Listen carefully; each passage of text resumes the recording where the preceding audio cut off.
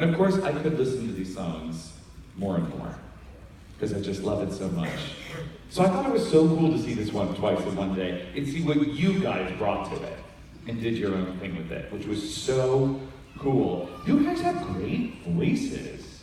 The group singing was fantastic, just fantastic. And I also thought that you brought a lot of detail to what you did in NYC when people were looking at things and pointing. You were doing really great jobs as actors trying to see that stuff, which was really great to watch and see. I was like, I could see the buildings that you guys were looking at. I loved Lily and Rooster's take at the end, when you gasped, when you got in trouble. That was really pretty cool. I really enjoyed that. Hey, 2 things to make you more fabulous. Where is Miss Hannigan? Miss Hannigan, such a great job. Will you do me for my buddy on the block? Will you just move over on the block? Will you say your first line? You do, you know, hey everybody, shine like the Christ they're building, blah, blah, blah. In fact, will you, because she stepped on the block, and I need the block as part of it. I'll look like I know what I'm doing if I had the block. That's just what I need. And friend, will you do your line, which was awesome? Would you do your line? Talk to everybody like the orphans. Get up! Now for this one shenanigan, you'll all get down on your knobby little knees and clean this stone till it shines like the top of the Chrysler building. Great. Now, what was great this time is you finished the line. During the run of the piece, you started to kind of step down at one point, and I wanted you to stand up and own it and be even more powerful. And I also just wanted to hear the full version of the line, which you just did, which is Tony Award winning. So in the future, when we have lines and things, we just want to make sure that we're not moving so the audience misses what we're saying, you know, but we got a lot to think about. There's a lot to think about when you do this. That's why I direct and write now. Because like I get to sit so much more than what I used to. I'm telling you, it's just a different world. It really is. Now next, my friends who sing the very first song, Maybe Far Away, right? Yeah, beautiful, beautiful job. Now what is tough about that song is it's a slow song, but it's hopeful, right? So while the music is gentle, we don't want to be shriveling flowers, right? We don't want to be, that's Les Mis, right? There's a castle. Like, that's Les Mis, right? But this is Annie, right? The song might be slow, but it's hopeful, right? Because they believe their dreams can come true, and it does for Annie. That's why she's so great, she's so positive.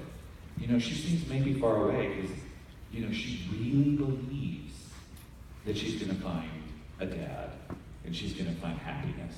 So in the future, when you see that song, even though it's gentle and it's nice, it's not like, maybe far away. If everyone was like, you know, toothy grin smiling through it, it would be kind of funny. It would be kind of funny. But I think thinking hopeful instead of necessarily, I'm a downtrodden orphan and life sucks. Like instead of that, right, we're thinking about possibility, right, in the opening number. So think about that. But great work, guys. I also thought you guys did an amazing job. You should be very proud of yourselves. Going right after what you said about the Maybe song, I want to try something really quick. Can you very, very fast set up that beginning for me? And girls, go where you go. If you're not in it, you can kind of sit on the outskirts because I want you to see what we're doing so you don't have to make your wall. Okay? Here's what I want as you're setting up. I want, when you're singing, you can do this song 2 ways. You can do the song where, you know, it's wistful and we're singing it out into the, you know, nothingness. I'm breaking the table. Because we're hopeful, and so we're going to sing it out because we're thinking about it. Or, the way you have it blocked, I would like you to sing those lines to each other. Okay? Can you just start it for me? Maybe far away, or maybe real near. Okay, wait. Stay. So if you want to switch who you're singing to, maybe far away, or maybe, maybe sing that next one to her. Maybe far away, or maybe real nearby. Right? Try that. Go. Maybe far away, or maybe real nearby. Then maybe do that one out, right? See her out there. She may be pouring her. Go. Or he. Sorry. Her coffee. She may be straight. Okay, you got shifty eyes. Yep. Do you feel that? Where your eyes were like, I'm looking out, now I'm looking over here. And now I'm looking out, now I'm looking over here. Okay? What I want you to work on is really looking out there. I know there's nothing out there. There's a bunch of random people that are really friendly and nice. But I want you to look out there, and I want you to picture who you're talking about. Who are you talking about?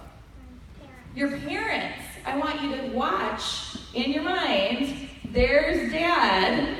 Dad's way over there, and he's pouring your mom coffee, and she's going to straighten his tie, which she's wearing, which is a great costume choice today. Thank you for that.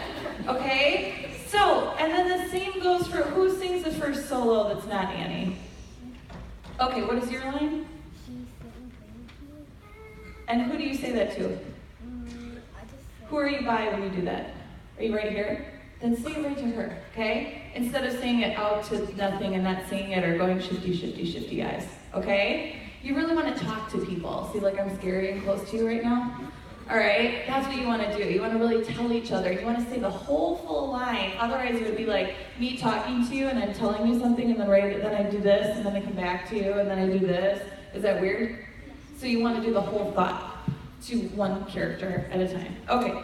The other thing I wanted to say is, yes, you are great singers. Yes. However, there were some times when I thought, I'm worried for you, because it got a little shouty sometimes.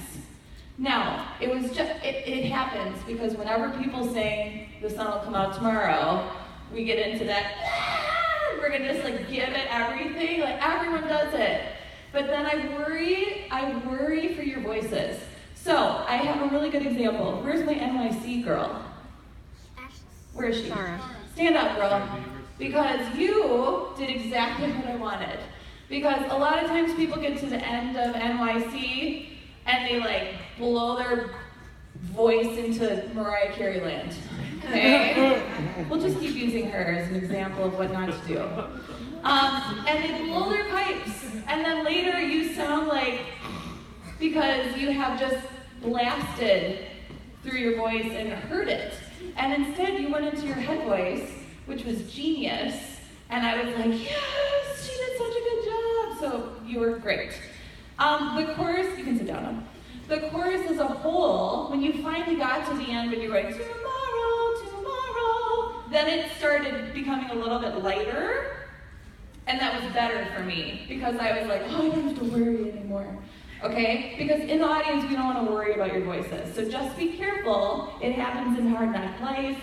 It happens in those big, exciting moments where we're like, we're going to sing our brains out. But you don't want to hurt your voice, ever.